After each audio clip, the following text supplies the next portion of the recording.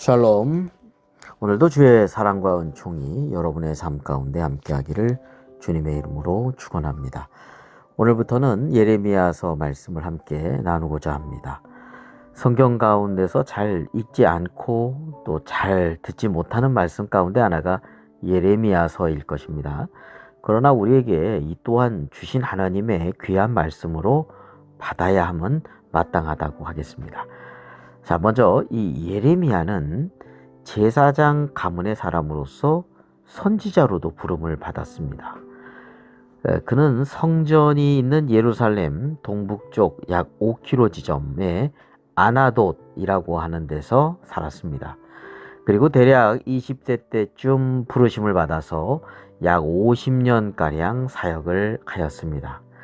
그가 사역한 시기는 남유다마저도 이제 쇠락의 길로 가는 그런 때였습니다. 그래서 요시야 왕 제13년 주전 627년부터 시드기야 왕, 마지막 왕이죠. 시드기야 왕 11년 유다가 멸망했던 주전 586년, 그리고 그 이후에도 한 4, 5년 정도 포함해서 약 50년 정도 그렇게 사역을 감당했습니다. 참으로 나라가 풍전등화 같고 또 유대민족이 이국 땅, 이 바벨론 왕국의 포로가 되어 끌려가는 그런 모습을 보면서 그는 너무나 고통스럽고 또 슬픔의 눈물을 흘릴 수밖에 없었을 것입니다.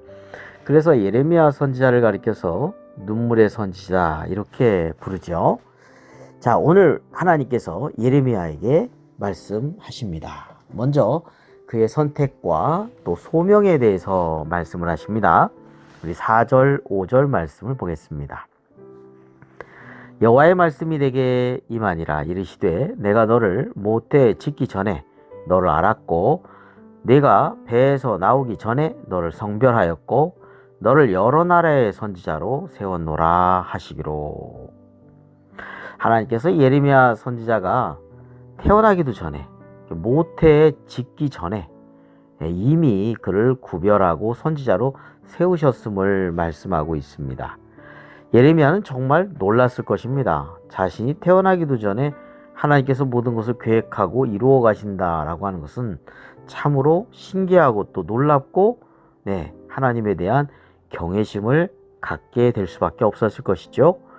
자, 그런데요, 오늘 우리 믿는 성도들을 하나님께서 택하시고 하나님의 자녀로 되게 하신 것은요, 모태 전이 아니라 창세 전에 이루어진 것이다 라고 성경에서 말씀하고 있습니다. 정말 놀라운 일이 아닐 수 없죠.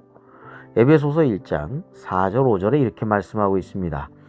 곧 창세 전에 그리스도 안에서 우리를 택하사 우리로 사랑 안에서 그 앞에 거룩하고 흠이 없게 하시려고 그 기쁘신 뜻대로 우리를 예정하사 예수 그리스도로 말미암아 자기의 아들들이 되게 하셨으니.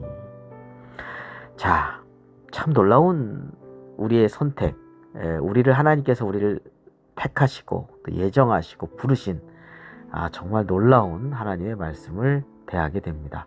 자, 다시금 예레미야 말씀으로 돌아옵니다. 예레미야는 자신이 제사장 가문으로 이제 앞으로 제사장의 직분을 감당해야 되는데 선지자로 부르셨음에 대해서 듣고 사실 자신이 감당하기 어려울 것을 생각하였을 것이고 또한 얼마나 부족하고 스스로가 연약한지를 바라보게 되었을 것입니다. 그래서 하나님의 이 부르심의 말씀 앞에 거절을 해요. 자, 6절 말씀 보겠습니다. 내가 이르되 슬프도소이다. 주 여호와여 보소서. 나는 아이라 말할 줄 알지 못하나이다 하니. 자, 여기서 이제 아이라고 하는 것은 약 한 20세 결혼 정년기에 청년까지 이르는 말이에요. 그렇기 때문에 꼬마라고 생각하면 안 되고요. 약 한 20세 정도다 이렇게 보시면 될 것 같습니다. 자, 이렇게 지금 거절하고 있는 거예요. 나는 아이라 말할 줄 알지 못하나이다. 이렇게 거절하는 예레미야를 향해서 하나님께서 담대한 믿음을 갖도록 하나님이 동행하신다라고 하는 말씀으로 힘을 주시고 격려해 주시는 말씀이 나옵니다. 우리 7절부터 9절 말씀 보겠습니다.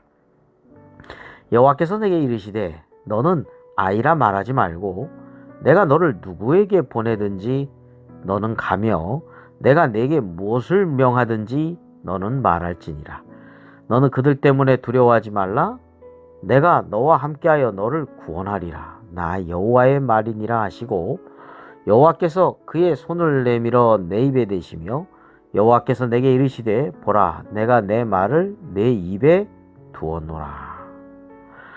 자, 구원의 하나님께서 예레미야 선지자와 함께 하실 것이고 또한 하나님의 말씀을 예레미야의 입에 두실 것이니 두려워하지 말라라고 말씀하십니다. 구원의 주님께서 함께 하신다고 믿음의 격려를 예레미야에게 주신 것이죠. 오늘 우리도 이 세상에서 하나님의 뜻대로 순종하면서 살아갈 때 두렵게 하는 것이 두 가지입니다. 하나는 누구 때문이고 또 하나는 무엇 때문입니다. 다시 말해서 누구?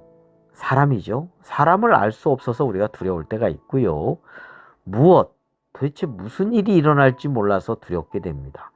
그러나 하나님께서는 우리와 함께 하시고 보혜사 성령님이 함께 하시고 구원의 은혜를 베풀어 주실 것입니다. 그리고 예레미야에게 또 하나의 사명을 주십니다.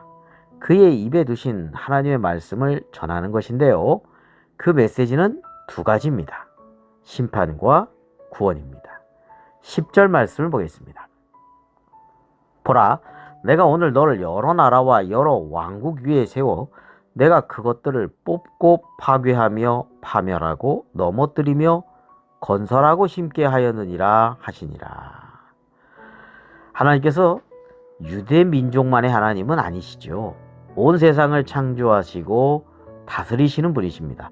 그래서 여러 나라와 왕국에 대해서 하나님의 말씀을 예레미야를 통해서 이제 전하시는 것이죠. 자, 하나님의 말씀은 그리고 그대로 이제 임하게 될 것입니다. 그런데 그 메시지가요, 뽑고 파괴하고 파멸하고 넘어뜨리는 심판의 메시지도 있습니다. 그리고 건설하고 심게 하는 회복과 구원의 메시지도 있습니다.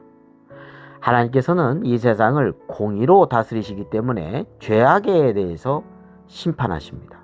그리고 사랑과 자비의 하나님이시기 때문에 회개하고 돌이키는 이들을 향해서 다시금 일으켜 세워주시고 다시금 열매를 맺도록 회복과 구원의 은혜를 베풀어 주십니다.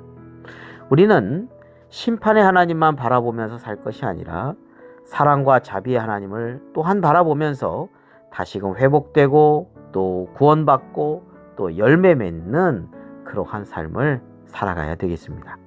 자, 말씀을 정리합니다.